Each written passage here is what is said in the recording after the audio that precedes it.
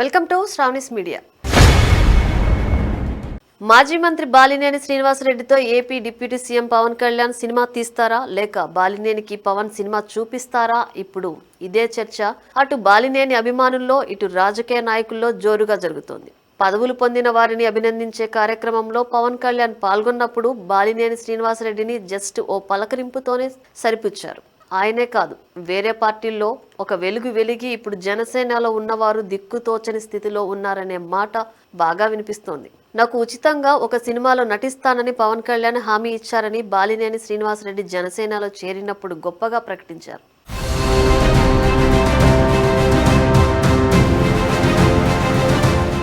రాజకీయాల్లో కొందరి జీవితాలు పర్వతారోహణ కంటే కష్టంగా ఉంటాయి, మరికొందరి జీవితాలు నల్లేరుపై నడకలా ఉంటాయి. ఈ రెండింటికి మధ్య మాజీ మంత్రి బాలినేని శ్రీనివాసరెడ్డి జీవితం సాగుతోంది. దివంగత ముఖ్యమంత్రి వైఎస్ రాజశేఖర రెడ్డికి దూరపు బంధువు. వైఎస్ఆర్తో ఎంతో ఆప్యాయంగా వాసు అని పిలిపించుకున్నారు. బాలినేని శ్రీనివాసరెడ్డిని ఆయన కుటుంబ సభ్యులు, బంధువులు, స్నేహితులు వాసన్న అని పిలుస్తారు. కాంగ్రెస్ పార్టీ ద్వారా రాజకీయాల్లోకి వచ్చారు. వైఎస్ఆర్ అధికారం చేపట్టక ముందు నుంచి ఆ కుటుంబంతో ఆయనకు సంబంధాలు ఉన్నాయి. మరి ఇప్పుడు ఆయన పరిస్థితి ఏంటి? రాజకీయ రంగంలో ఓడారా, రాణించారా, రెండింటికి చెడ్డ రేవడి అయ్యారా?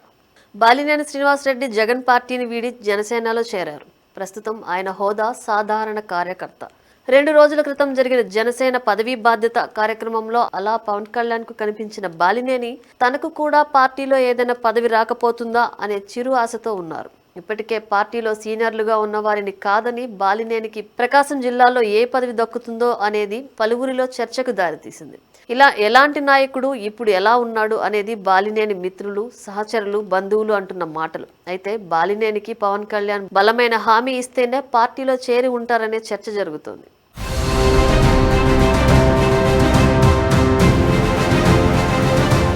ప్రకాశం జిల్లాతో వైఎస్ఆర్ కు అనుబంధం ఎక్కువ. వైఎస్ఆర్ సతీమణి విజయలక్ష్మి చెల్లెలు స్వర్ణను ప్రకాశం జిల్లా మేదరమెట్ల గ్రామానికి చెందిన వైవి సుబ్బారెడ్డి వివాహం చేసుకున్నారు. దీంతో వైఎస్ఆర్, వైవి సుబ్బారెడ్డి తోడల్లుళ్ళు అయ్యారు. నాటి నుంచి కుటుంబ బంధుత్వాలు మొదలయ్యాయి. ఎప్పుడు వైఎస్ఆర్ ఒంగోలు వచ్చినా వైవి సుబ్బారెడ్డి ఇంటికి వచ్చి బస చేసేవారు. వైవి సుబ్బారెడ్డి చెల్లెలు శచీదేవిని ఒంగోలుకు చెందిన బాలినేని వెంకటేశ్వర రెడ్డి కుమారుడు బాలినేని శ్రీనివాసరెడ్డికి ఇచ్చి వివాహం చేశారు. దీంతో వైవి సుబ్బారెడ్డికి బాలినేని శ్రీనివాసరెడ్డి బావ అయ్యారు. వైవి, వైఎస్ఆర్, వాసు కుటుంబాలు ఈ సంబంధాలతో మమేకమయ్యాయి. వైఎస్ఆర్ రెండోసారి సీఎం అయిన తర్వాత వాసుకు మంచి ప్రయారిటీ ఇచ్చి మంత్రి పదవి ఇచ్చారు. ఆయన మరణం తర్వాత రోసయ్య మంత్రివర్గంలో కొంతకాలం కొనసాగిన బాలినేని ఆ తర్వాత కాంగ్రెస్ పార్టీకి రాజీనామా చేశారు. వైఎస్ఆర్ తనయుడు వైఎస్ జగన్ ప్రారంభించిన వైఎస్ఆర్ కాంగ్రెస్ పార్టీలో చేరారు.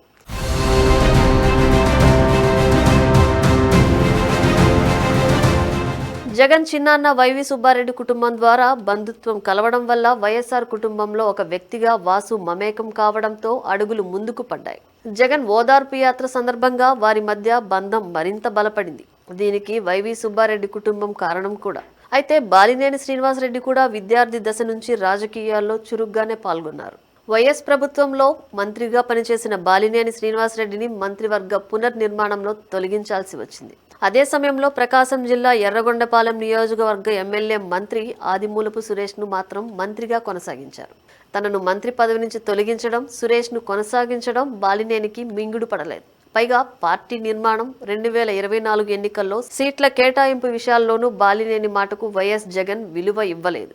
ఎన్నికల్లో పెట్టిన ఖర్చు విషయం చర్చకు వచ్చినప్పుడు జగన్ దాటవేత మాటలు మాట్లాడటం బాలినేనికి నచ్చలేదు. దీంతో ఆయన జగన్తో విభేదించి పార్టీ మారారు. తన బావమరిది అయిన వైవి సుబ్బారెడ్డితో కూడా రాజకీయంగా బాలినేని వైరం పెంచుకున్నారు. వైవి సుబ్బారెడ్డి ప్రత్యక్ష రాజకీయాల్లోకి రావాలని నిర్ణయించుకోవడం బాలినేని శ్రీనివాసరెడ్డికి ఇష్టం లేదు. ఈ విషయం వైవి సుబ్బారెడ్డి వద్ద స్పష్టం చేశారు. అయితే తాను కేంద్ర రాజకీయాలకే పరిమితం అవుతానని, రాష్ట్ర రాజకీయాల్లో కానీ, ప్రధానంగా ప్రకాశం జిల్లా రాజకీయాల్లో కానీ జోక్యం చేసుకోనని అప్పట్లో చెప్పారు. ఇదే సమయంలో నువ్వు చెబితేనే ప్రకాశం జిల్లాలో ఏ పనైనా చేస్తానని చెప్పినా బాలినేని వినిపించుకోలేదు. దీంతో ఇరువురి మధ్య రాజకీయ స్పర్ధలు పెరిగి ఒకరికి ఒకరు దూరమయ్యారు.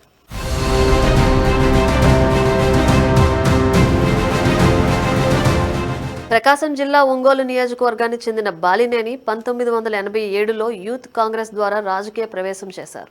ఇండియన్ నేషనల్ కాంగ్రెస్ పార్టీలో జిల్లా యూత్ కాంగ్రెస్ కార్యదర్శి అధ్యక్షుడిగా పనిచేసి 1999లో ఒంగోలు ఎమ్మెల్యేగా మొదటి విజయం సాధించారు. 2004, 2009లలో కూడా కాంగ్రెస్ తరపున విజయం సాధించి వైఎస్ రాజశేఖర్ రెడ్డి ప్రభుత్వంలో 2009లో వైఎస్ ప్రభుత్వంలో మంత్రిగా సేవలందించారు. ఆ తర్వాత కొణిజేటి రోసయ్య ప్రభుత్వంలో కూడా కేబినెట్ మంత్రిగా కొద్ది కాలం పనిచేశారు. ఆంధ్రప్రదేశ్ విభజన అనంతరం 2011లో వైఎస్ జగన్మోహన్ రెడ్డి స్థాపించిన వైఎస్ఆర్ కాంగ్రెస్ పార్టీలో చేరారు. వైఎస్ జగన్ ప్రభుత్వంలో 2019, 2022 మధ్య కీలకమైన ఇంధన, అటవీ, పర్యావరణ శాఖ మంత్రిగా బాధ్యతలు నిర్వహించారు. 5 సార్లు ఎమ్మెల్యేగా గెలిచిన బాలినేని ప్రకాశం జిల్లా రాజకీయాల్లో బలమైన ముద్ర ఉన్న నాయకుడిగా గుర్తింపు తెచ్చుకున్నారు కూడా. 2024 అసెంబ్లీ ఎన్నికల్లో ఒంగోలు నుంచి పోటీ చేసి ఓడిన తర్వాత సెప్టెంబర్ 18, 2024న వైసీపీకి రాజీనామా చేశారు. ఆ తర్వాత సెప్టెంబర్ 26, 2024న పవన్ కళ్యాణ్ నాయకత్వంలోని జనసేన పార్టీలో చేరారు. పార్టీ అంతర్గత విభేదాలు, నాయకత్వ నిర్ణయాలపై అసంతృప్తి, స్థానిక సమస్యలే ఈ మార్పుకు కారణాలుగా చెప్తారు. తాను వైసీపీలో ఆర్థికంగా నష్టపోయినట్లు ఆయన చెప్పారు. 2025లో జనసేనలో ఆయన కార్యకలాపాలు కొనసాగుతున్నాయి. జూలై 2025లో వైసీపీలోకి తిరిగి చేరుతున్నారనే పుకార్లు వచ్చినప్పటికీ అందుకు జగన్ అంగీకరించలేదని వార్తలు వచ్చాయి. బాలినేని రాజకీయ జీవితం పార్టీ మార్పులు, పదవులు, ఓటములు వంటి మలుపులతో సాగుతూ ఆంధ్రప్రదేశ్ రాజకీయాల్లో ఆయన ప్రభావాన్ని చూపుతోంది.